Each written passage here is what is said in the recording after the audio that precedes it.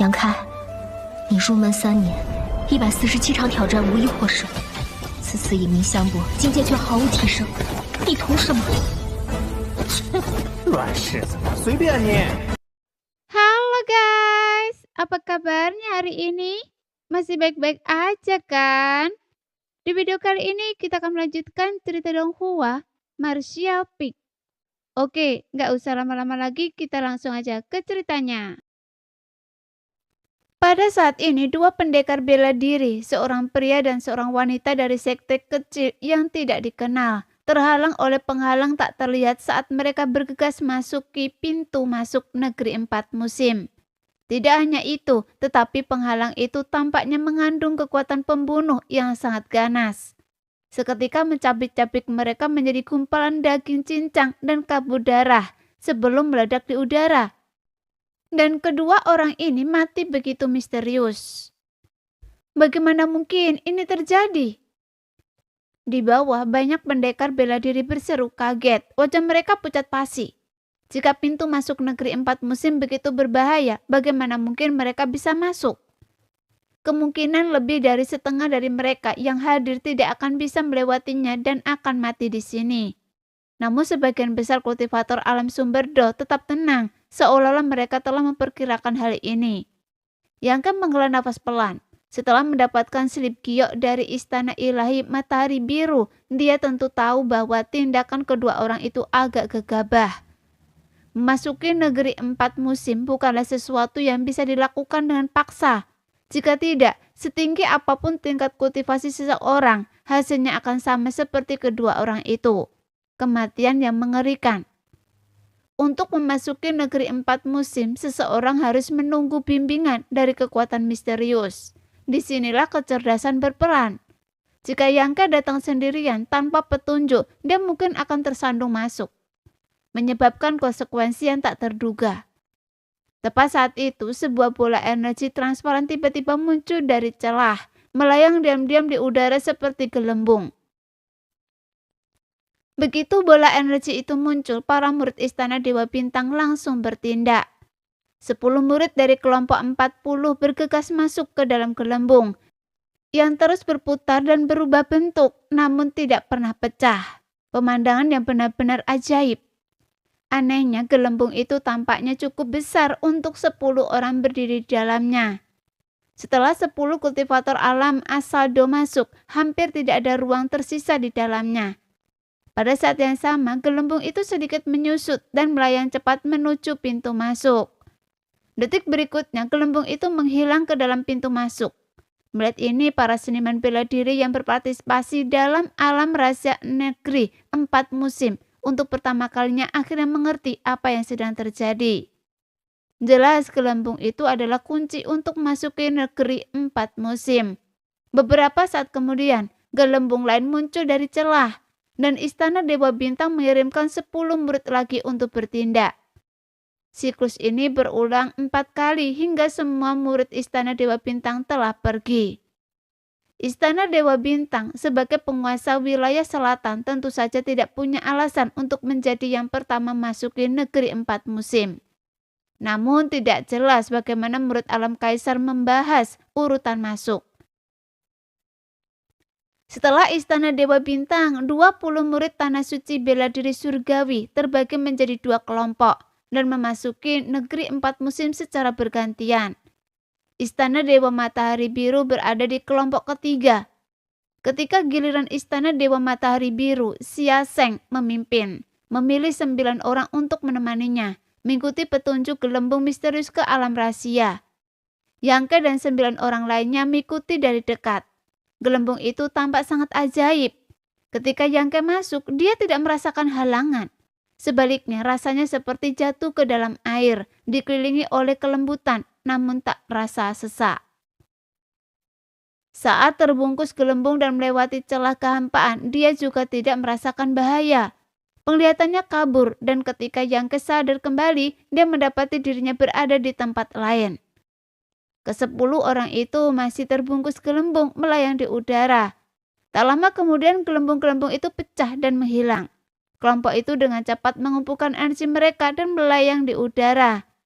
Dari informasi yang tercatat di gulungan Gyo, Yangke tahu bahwa setiap kelompok seniman bela diri yang dipandu ke tanah 4 musim oleh gelembung akan muncul di tempat yang sama. Tetapi lokasi kelompok yang berbeda agak sulit diprediksi.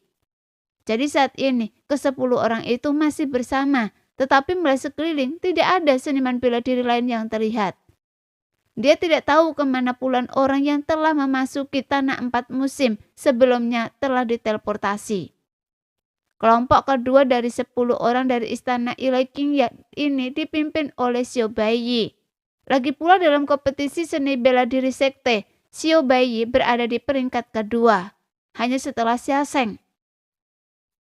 Ini juga telah disepakati sebelumnya, dengan dia dan Xia Sheng masing-masing memimpin satu tim.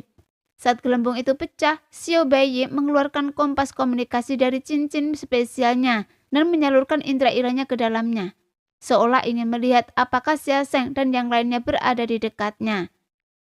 Setelah menunggu beberapa saat tanpa respon, Xiao Baiyi tidak punya pilihan selain menyimpan kompas komunikasinya. Ini pasti domain musim panas, kan? Murong Xiao yang telah mengamati sekitarnya tiba-tiba angkat bicara. Tempat mereka muncul sangat panas, dengan energi spiritual tipe api yang sangat melimpah di udara. Suhunya sangat tinggi, tanahnya retak dan hanya ada sedikit vegetasi. Jelas itu adalah domain musim panas yang terkenal dengan panasnya. Seharusnya begitu. Xiao Baiyi mengangguk sedikit.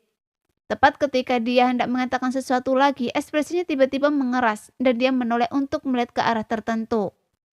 Pada saat yang sama, wajah Yangke juga menjadi gelap dan dia berteriak. Sesuatu datang. Xiao Baiyi meliriknya dengan terkejut, diam-diam terkejut oleh indera tajam Yangke. Apa maksud Anda? Murong Xiao bertanya dengan curiga. Yangke tidak perlu menjelaskan apapun. Tepat setelah dia selesai berbicara, serangkaian suara dentuman tiba-tiba terdengar dari kejauhan, seolah-olah makhluk raksasa sedang melangkah dan menyerbu ke arah mereka. Bumi bahkan bergetar, semua orang terkejut. Diam-diam mengaktifkan energi sumber mereka dan menjadi waspada.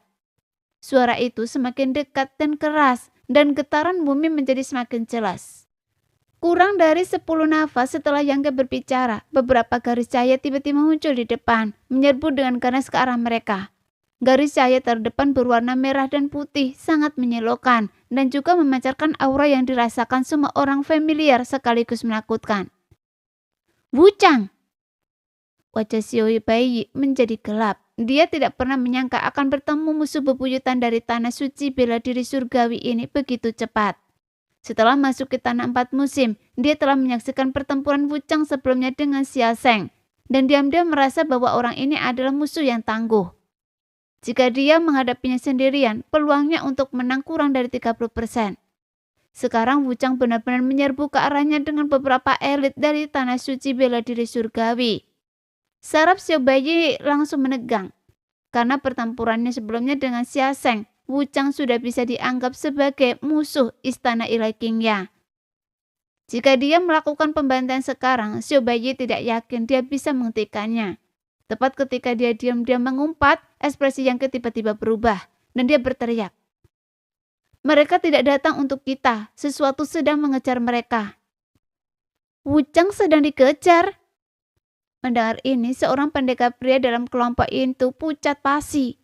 Wuchang sudah menjadi pendekar tingkat tinggi alam sumber Do dan bintang yang sedang naik daun di tanah suci bela diri surgawi. Apapun yang bisa membuatnya melarikan diri dengan panik dan mundur setidaknya setara dengan alam kaisar. Makhluk seperti itu tidak jarang di tanah 4 musim. Banyak pendekar yang masuki tanah 4 musim selama bertahun-tahun telah mati di tangan mereka. Sama sekali tidak berdaya untuk melawan. Saat mereka berbicara, makhluk yang mengejar Wuchang dan yang lainnya terlihat. Sekitar 100 kaki di belakang Wuchang, seekor monster setinggi beberapa puluh kaki, tubuhnya diselimuti api dan matanya merah. Berlari kencang di tanah, meninggalkan jejak cahaya merah yang panjang di belakangnya. Dengan setiap lompatan, ia tampak mengabaikan penghalang spesial, menempuh puluhan kaki dalam sekejap, menyebabkan bumi bergetar. Seekor binatang api, seru Xiao Baiyi, wajahnya pucat. Ini adalah wilayah binatang api. informasi yang tercatat dalam gulungan Gyo Istana Ilai Qingyang menyebutkan binatang api dari domain Xia ini itu adalah binatang iblis tingkat 12 yang sesungguhnya mampu menunjukkan kekuatan yang setara dengan ahli alam kaisar. Lokasi binatang api tercantum sebagai area terlarang dalam gulungan Gyo. Tidak memungkinkan murid untuk menjelajahnya dengan mudah. Tidak ada yang menyangka keberuntungan mereka akan seburuk ini. Mereka baru saja dibawa masuk dan sudah berada di wilayah binatang api. Namun tampaknya Wuchang dan kelompoknya bahkan lebih tidak beruntung. Mereka mungkin menarik pengejaran ini dengan muncul tepat di dekat habitat binatang api. Saat ini, binatang api yang telah mengejar Wuchang dan kelompoknya meraung marah setelah gagal menangkap mereka. Bersamaan dengan raungan itu, seberkas cahaya merah menyala tiba-tiba keluar dari mulutnya, yang menyebabkan ruang angkasa langsung hancur. Berkas cahaya merah menyala yang mengandung kekuatan penghancur yang tak terbayangkan menembus udara dari utara ke selatan, membentang lebih dari 10 mil. Wuchang beraksi cepat, merasakan niat membunuh di belakangnya. Dia berhenti sejenak lalu bergegas ke atas, nyaris menghindari serangan itu. Tetapi yang lain tidak bisa beruntung itu. Seorang murid dari Tanah Suci Bela Diri Surgawi tidak dapat menghindar tepat waktu dan langsung terkena berkas cahaya merah menyala, berubah menjadi abu sebelum dia sempat berteriak. Lengan murid lain tergores dan langsung meleleh, mengeluarkan jeritan yang memekakkan telinga. "Lari!" teriak Yangke memanggil perahu kayu tingkat origin kelas tingginya. Melangkah ke atasnya dan menyalurkan kekuatan originnya, perahu itu melaju kencang. Diingatkan olehnya, 9 anggota Istana Ilai Qingyang yang tersisa yang telah tertegun akhirnya tersadar dari kebingungan mereka. Mereka memanggil harta karun terbang mereka sendiri, berubah menjadi garis-garis cahaya dan melarikan diri ke arah terjauh dari binatang api. Bukan karena mereka kurang tekad, kematian orang dari Tanah Suci Bela Diri Surgawi terlalu mendadak. Itu adalah murid elit dari Tanah Suci Bela Diri Surgawi, bukan orang biasa dari sekte kecil. Dengan kata lain, seniman bela diri yang meninggal itu berada di level yang sama dengan mereka. Dia menghilang tanpa jejak. Jika mereka berada dalam situasi itu, mereka akan mengalami nasib yang sama. Oleh karena itu, dampak visual dan emosional dari adegan itu sangat kuat. Mengikuti Yangke dari dekat, ke-9 orang itu melarikan diri dengan sekuat tenaga, tanpa niat untuk berhenti melawan binatang api. Makhluk yang menakutkan seperti itu berada di luar kemampuan mereka yang hadir. Impulsif hanya akan berujung pada kematian. Pada saat ini, anggota Tanah Suci Bela Diri Surgawi yang tersisa juga terbang ke jarak yang tidak terlalu jauh di belakang kelompok tersebut. Namun mereka cepat tanggap. Melihat seseorang yang disalahkan, mereka segera berpencar dan melarikan diri ke arah lain. Namun binatang api tidak peduli dari sekte atau faksi mana kelompok itu berasal. Di matanya, siapapun yang melanggar wilayahnya pantas mati, jadi ia melanjutkan pengejarannya. "Dasar bajingan, Wuchang, Anda akan mati dengan mengerikan." Xiaobai meraung marah saat melihat Wuchang dan Zuo melarikan diri sementara binatang api mengejar mereka. Wuchang berbalik, menatapnya dengan mengejek dan melarikan diri tanpa berkata apa-apa. Tiba-tiba raungan yang mengguncang bumi itu bergema lagi. Volumenya yang mekakkan telinga menciptakan gelombang suara mengerikan yang membuat semua orang terhuyung-huyung. Pilar api yang mengikutinya adalah serangan mematikan yang ditunjukkan untuk memanggil jiwa. Untungnya semua orang telah menyaksikan kekuatan mengerikan binatang api itu sebelumnya. Jadi mereka dengan cepat mengubah arah setelah mendengar raungan itu. Menghindarinya serangan mematikan tersebut. "Berpencar, biarkan takdir menentukan nasib kita." Xiaobai berteriak mengubah arah terlebih dahulu sambil secara bersamaan berbalik untuk melancarkan serangan pada binatang api. Dia jelas bermaksud untuk memancing binatang api itu pergi, memberi yang lain waktu untuk melarikan diri. Sebagai pemimpin kelompok, tindakan Xiaobai tidak diragukan lagi, sangat kompeten. Sayangnya, serangan tergesa-gesa tidak efektif. Serangan itu benar-benar hancur oleh panas yang membakar dari tubuh binatang api sebelum mencapai dirinya. Binatang api itu mengabaikannya sepenuhnya dan melanjutkan pengejarannya terhadap yang lain. Setelah Xiaobai selesai berbicara, yang lain seolah-olah dengan kesepakatan tak terucapkan, berpencar ke berbagai arah, berubah menjadi garis-garis cahaya. Tidak mungkin, keberuntungan seperti ini. Yang menoleh ke belakang sejenak dan melihat bahwa binatang api itu mengejarnya, mengabaikan yang lain. Dia bertanya-tanya apa yang telah dia lakukan sehingga menarik perhatiannya. Anda benar-benar buta, mengapa mengejar saya di antara semua orang? Tapi ini demi kebaikan, gumamnya pada diri sendiri. Meskipun dia tidak bisa melawan makhluk yang begitu menakutkan, dia yakin akan kemampuannya untuk melarikan diri. Selama binatang api itu terus mengejarnya, yang lain akan aman. Meskipun Yang Ke tidak memiliki hubungan nyata dengan orang-orang istana Ila Qingyang, setidaknya dia telah mengamankan tempat bagi mereka di tanah 4 musim. Jadi kontribusi yang dia bisa masih dalam batas yang dapat diterima. Oleh karena itu, mengejarnya, dia memperlambat langkahnya, menjaga jarak tertentu. Ini memastikan dia memiliki ruang untuk menghindari serangan sekaligus mencegah binatang api tertinggal. Membawanya lebih dalam ke tanah 4 musim. Perlahan, Yang Ke tidak lagi bisa melihat yang lain, tetapi binatang api itu tetap gigih. Tanpa henti mengejarnya, sesekali menyemburkan serangan energi yang membara. Meskipun kekuatannya dahsyat, itu tetaplah binatang iblis dan metode serangan jarak jauhnya tampak agak terbatas, sehingga mudah bagi Yang Ke untuk menghindar. Dengan persiapan sebelumnya, dia tidak perlu khawatir terkena serangan. Setengah jam kemudian, Yang Ke memperkirakan sudah waktunya. Tiba-tiba mengaktifkan kekuatan asalnya, meningkatkan kecepatannya. Perahu kayu yang diberikan Bibi Feng kepadanya adalah tingkat Do asa kelas tinggi. Selain harta karun kekaisaran, ini adalah artefak terbang terbaik. Dan ukurannya yang kecil membuatnya sempurna untuk terbang solo.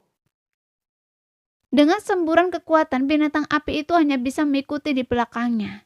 Sesaat kemudian dari kejauhan terdengar raungan binatang api yang tak diinginkan. Tetapi ia telah lama menghilang, jelas tidak menyadari seberapa jauh Yang Ke meninggalkannya. Namun Yang Ke tidak lengah. Dia terus terbang sambil secara bersamaan menggunakan indera ilahnya untuk mengamati sekitarnya. Setengah jam lagi berlalu dan baru setelah memastikan keselamatannya, ia perlahan turun. Tempat ini masih merupakan alam musim panas, dengan lingkungan yang sangat panas.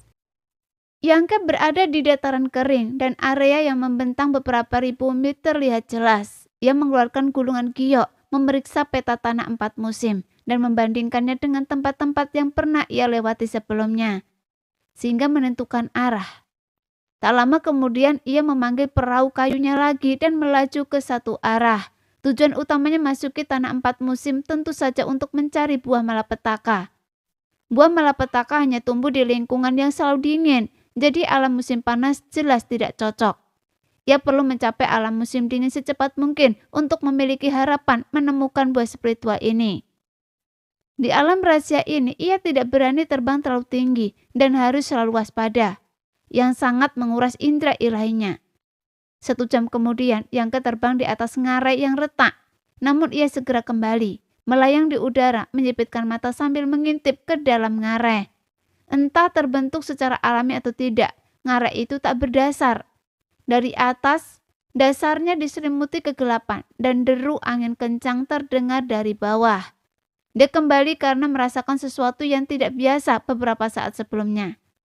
Sekarang mengamati lebih dekat, matanya berbinar dan dia berseru, "Mungkinkah?" Sambil berbicara, dia bergegas turun ke ngarai. Anehnya sementara alam musim panas sangat panas, bagian dalam ngarai ini sama sekali tidak terpengaruh oleh lingkungan. Setelah masuk, Yang Ke merasakan sensasi dingin, dan semakin jauh dia turun, semakin sedikit dia terpengaruh oleh panas. Ini membuat keyakinan bahwa pengamatannya sebelumnya benar. Ngarai itu setidaknya memiliki kedalaman beberapa ribu kaki. Ketika Yang Ke turun hingga 2000 kaki, dia melihat lapisan kabut tebal menutupi area di bawahnya. Ini benar-benar lautan energi spiritual. Yang Ke tertawa. Dari informasi dalam gulungan giok itu, ia mengetahui bahwa di dalam tanah 4 musim terdapat tempat-tempat dengan energi spiritual yang sangat melimpah. menyerupai lautan awan, dan ini adalah lautan energi spiritual. Energi spiritual yang terkandung di dalam lautan energi spiritual sangat melimpah, kaya dan sangat murni, menjadikannya ideal bagi para praktisi bela diri untuk berkultivasi atau menembus batasan. Namun karena tanah 4 musim hanya dibuka selama 33 hari setiap kali, para praktisi bela diri umumnya tidak akan berlama-lama meskipun mereka menemukan lautan energi spiritual. Paling-paling mereka akan mencari di dalamnya untuk melihat apakah mereka dapat menemukan harta karun langka. Di tempat yang kaya akan energi spiritual seperti itu, peluang menemukan harta karun langka dan berharga cukup tinggi.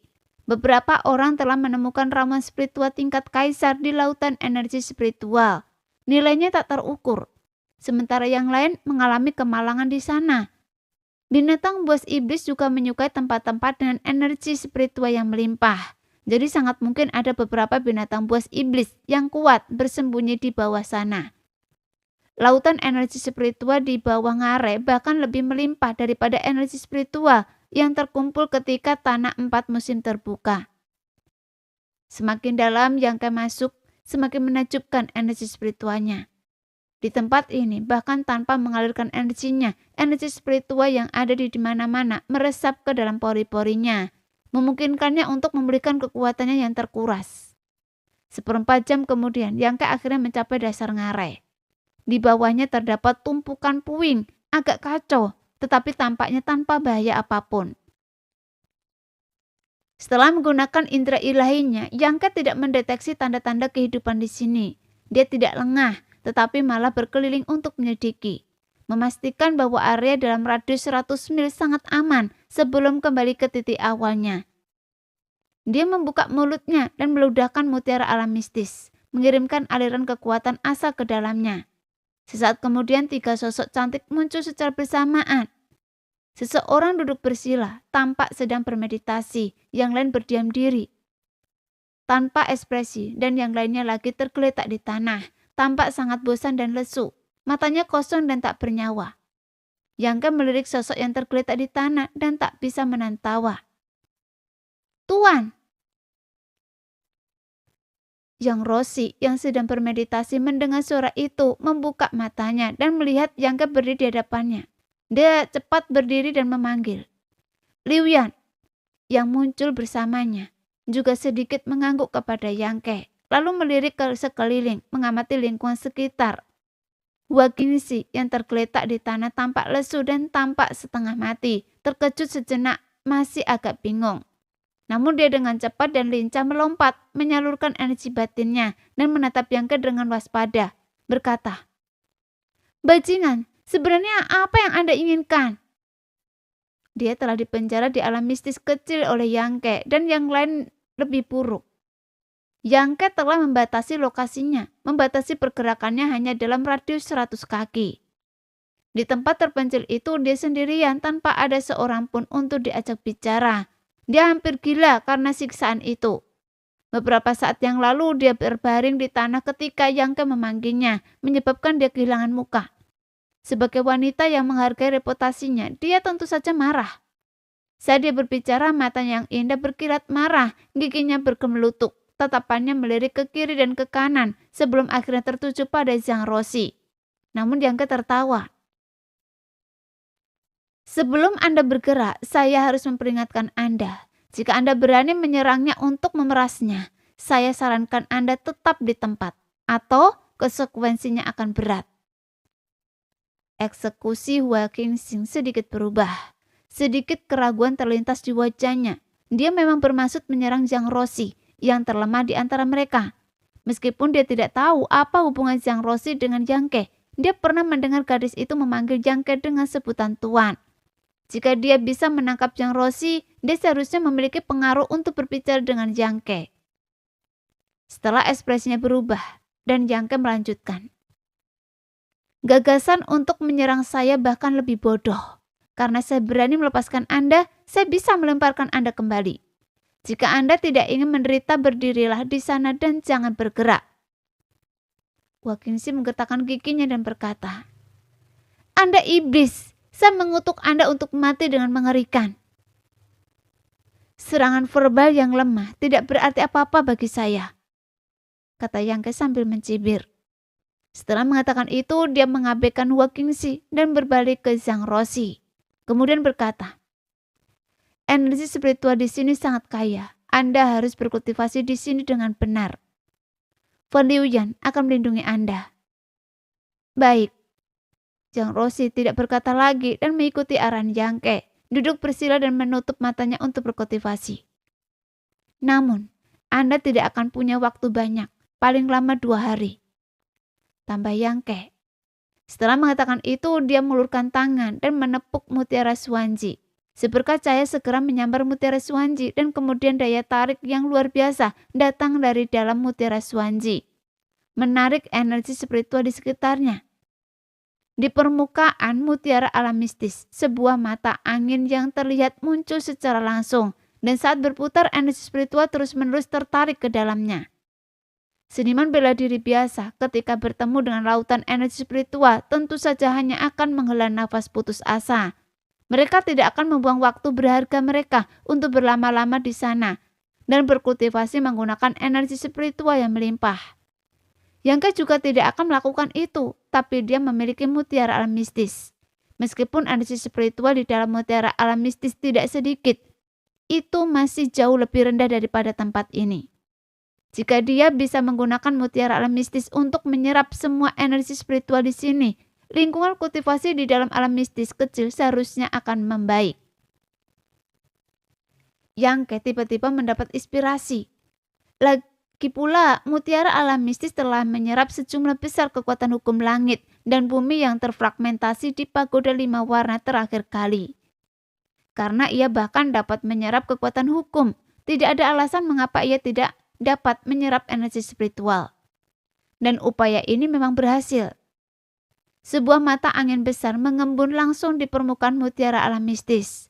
Saat berputar dan menarik, semua energi spiritual langit dan bumi di sekitarnya ditarik ke dalam harta karun kekaisaran ini, memenuhi alam mistis kecil. Yang Ke sangat gembira. Keberhasilan eksperimen ini berarti dia dapat meningkatkan lingkungan kultivasi alam mistis tingkat rendah agar setara dengan tanah suci terbaik di alam bintang. Tentu saja asalkan dia dapat menemukan lebih banyak tempat seperti lautan ki spiritual. Kemudian dia menyerahkan mutiara alam mistis kepada Liuyan, meminta Liuyan untuk menjaga Zhang Roxi sambil memegang harta karun kekaisaran ini. Liuyan mengerti dan menerimanya tanpa berkata apa-apa, lalu mundur sedikit untuk menghindari mutiara alam mistis membuat terlalu banyak suara dan mengganggu kultivasi Zhang Roxi. Baru kemudian dia mencodongkan kepalanya ke arah Hua Qingxi, memberi isyarat agar dia berbicara secara pribadi. Hua Qingxi dengan marah berkata, "Apakah saya hewan peliharaan Anda? Bisakah Anda memerintah saya?" Yang Ke berkata, "Jika Anda tidak mau, kembalilah dan tinggallah di sana." Baiklah, baiklah. Anda berani sekali." Hua Qingxi sangat marah hingga kepalanya hampir mendidih. Darahnya mendidih, tetapi dia tidak punya pilihan selain menanggung penghinaan itu untuk sementara waktu. Dia membawa Hua Qingxi sedikit menjauh. Setelah memastikan dia tidak akan mengganggu Zhang Roxi, Yang Ke melihat sekeliling dan bertanya, "Bagaimana dengan apa yang saya katakan sebelumnya? Sudahkah Anda mempertimbangkannya?" "Apa itu?" Hua Qingxi menjawab dengan santai, mencari kesempatan untuk melancarkan serangan mendadak. Yang membingungkannya adalah Yang Ke, seorang kultivator tingkat 1 sumberdo, membelakangnya sepanjang waktu. Dia penuh celah, seolah-olah sama sekali mengabaikannya. Ditambah dengan kata-kata arogan dan sikap percaya dirinya sebelumnya, Hua Qingxi tidak bisa tidak merasa cemas. Dia tidak tahu apa yang akan terjadi jika dia benar-benar melancarkan serangan mendadak. Dia muak di penjara di alam mistis kecil. Jika dia dikurung lagi, dia akan menjadi gila. Berpura-pura bodoh. Yang Ke berhenti dan berbalik menatapnya.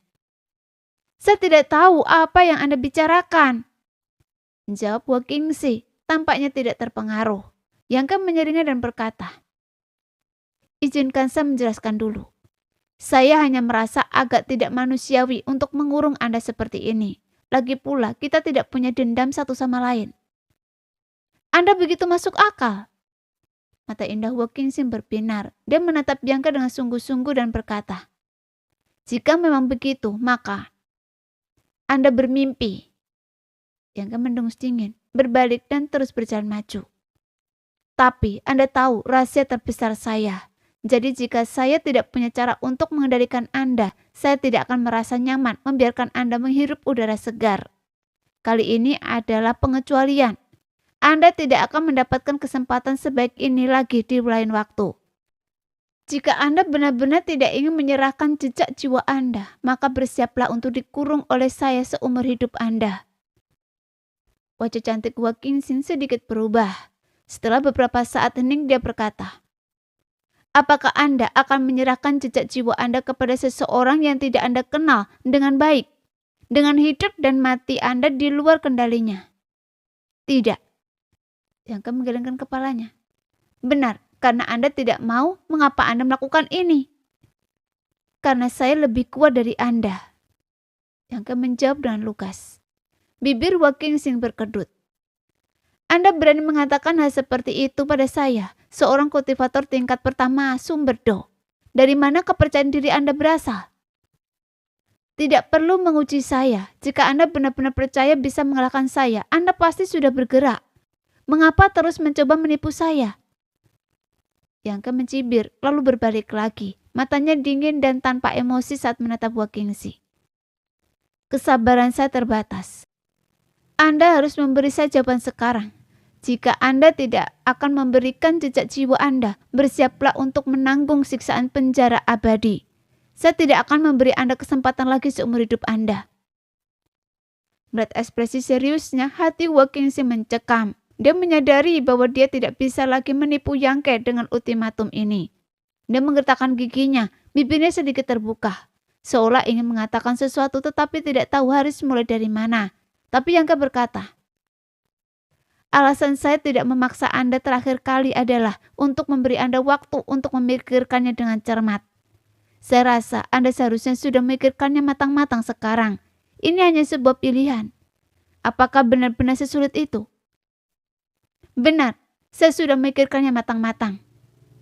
Jawab Wilkinson sambil merutan bibir. Oh, jadi jawaban Anda adalah? Bianca menatapnya dengan penuh minat.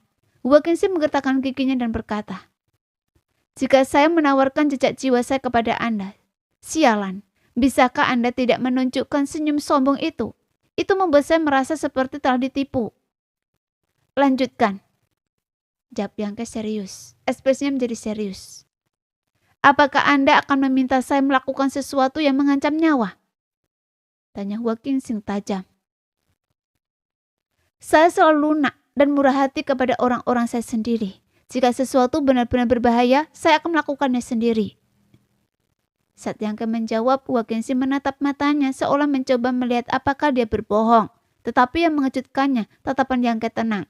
Dan dia menatap matanya tanpa berkedip. Wilkinson mengangguk.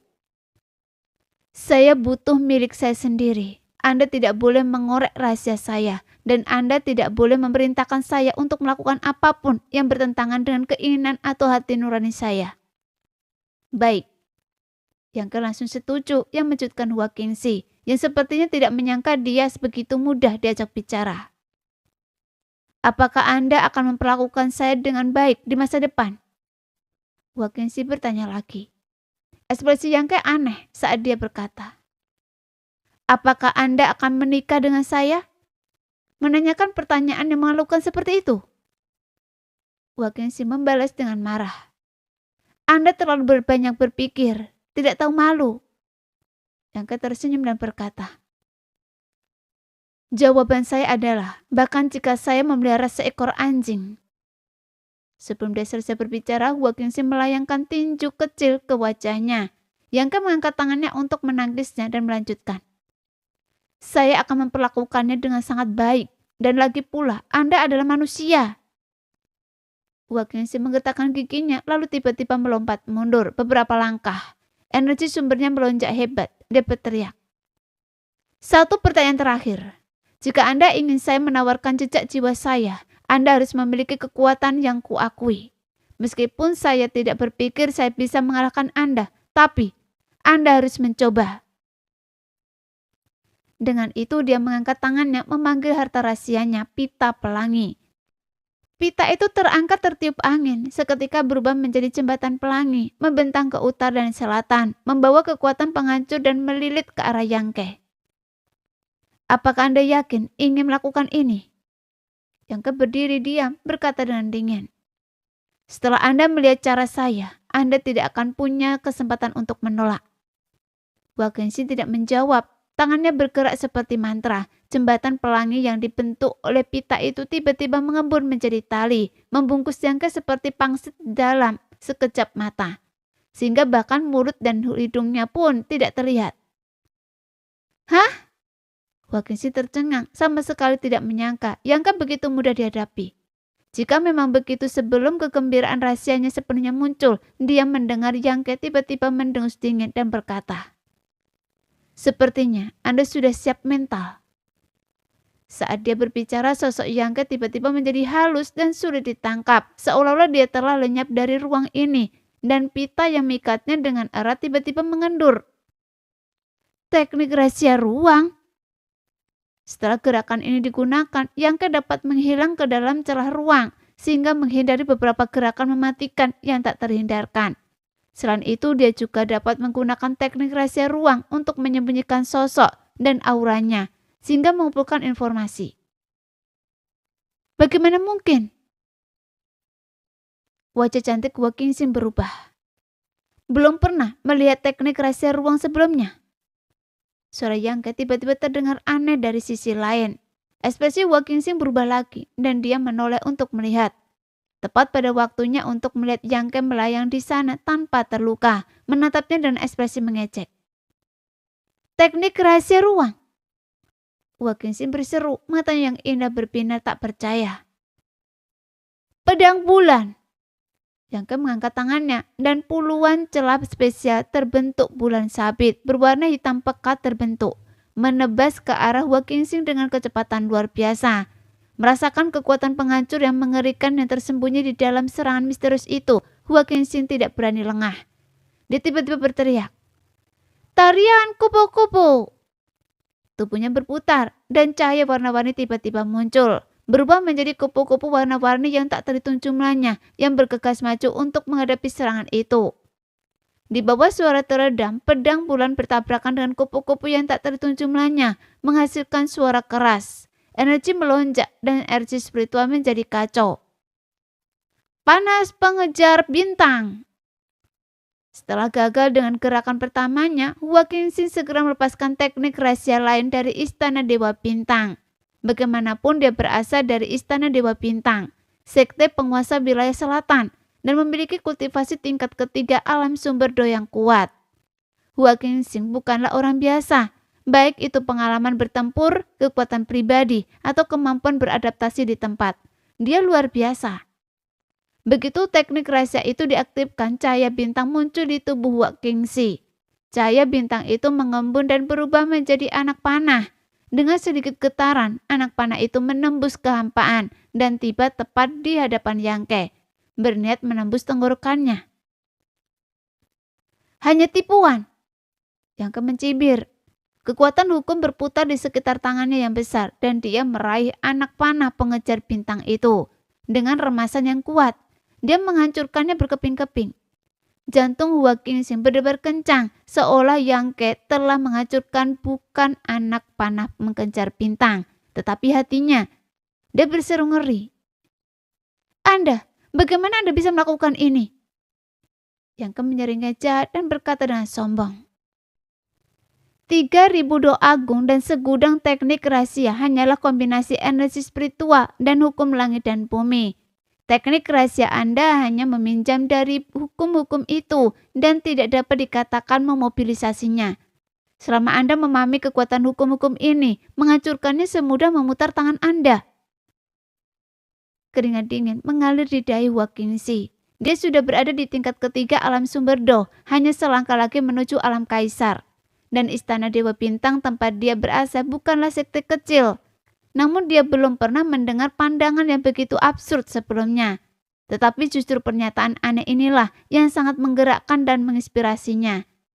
Demur dan Kening tiba-tiba berhenti melakukan apa yang sedang dia lakukan dan berdiri diam, tenggelam dalam pikirannya. Nah, sekian dulu cerita kali ini. Kita lanjut lain hari ya guys ya. Bye-bye.